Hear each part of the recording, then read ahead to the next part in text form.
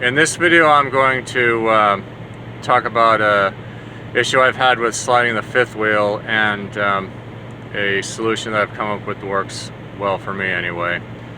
And I'm figuring that other drivers may have had this problem too. This video is not going to go over the basics of how to move a fifth wheel. If you need that information, I have a link in the description to another video on YouTube that goes over this.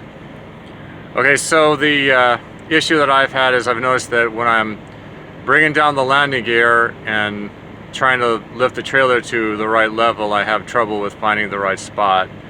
The manual and other videos I've seen will say to just wait until you hear some of the air hiss out of it, or just release some of the pressure. But what usually happens when I do this is I'll have one or two problems happen. One is I will hear the hissing of the air and then go to move the fifth wheel, and there's still too much pressure on the fifth wheel, and it's very difficult to move the fifth wheel. You have to put it this way, you have to gas it a little bit hard, and then it will suddenly lunge forward too much or lunge back, depending on which way I'm trying to adjust the fifth wheel. The other problem I've had is lifting it up too high, and then I go to move the fifth wheel and the tires will actually spin on the truck. So here's a solution I came up with that works well. Okay, so I'll lower the landing gear down and then unlatch the fifth wheel. I'll pull the release handle on the fifth wheel and then pull forward from the fifth wheel, but only about maybe 5 or 6 inches. So you're not pulling out from underneath the trailer completely, you're unlatching the fifth wheel and pulling away from it, so you're still underneath the plate. Then I go back out of the truck, of course, and lower the landing gear further until I see a little bit of space between the trailer plate and the fifth wheel plate. And then once I see this bit of space, I'll lower it back down so it's touching the fifth wheel, but just gently.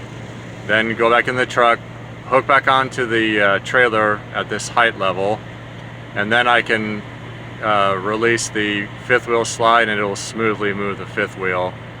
Now I'll point out that often when I go to do this, and it happens a lot because you have a heavy load with this, is when I'm going and bringing the landing gear down to lift the trailer up like this, it will get to a point where I cannot move the handle anymore after maybe 55 to 60 turns or so. And at this point I might not actually see this space I was talking about between the trailer and the fifth wheel. But if I've moved it to that point where I can't move it anymore, where I can't turn the handle anymore on the landing gear, then I find it's fine. When I go back into the truck and I move back onto the fifth wheel, it's smooth, it latches on easily, and then when I go back out and look at it, sometimes there is a little bit of space there after I moved it that I didn't see before. And I might leave it if it's just a centimeter, or maybe lower it down so it's touching a little bit more. And then you can go back into the truck at this point and like I said, move the fifth wheel, and it moves easily. And this I find works to find that sweet spot for the height of the trailer when moving the fifth wheel slide.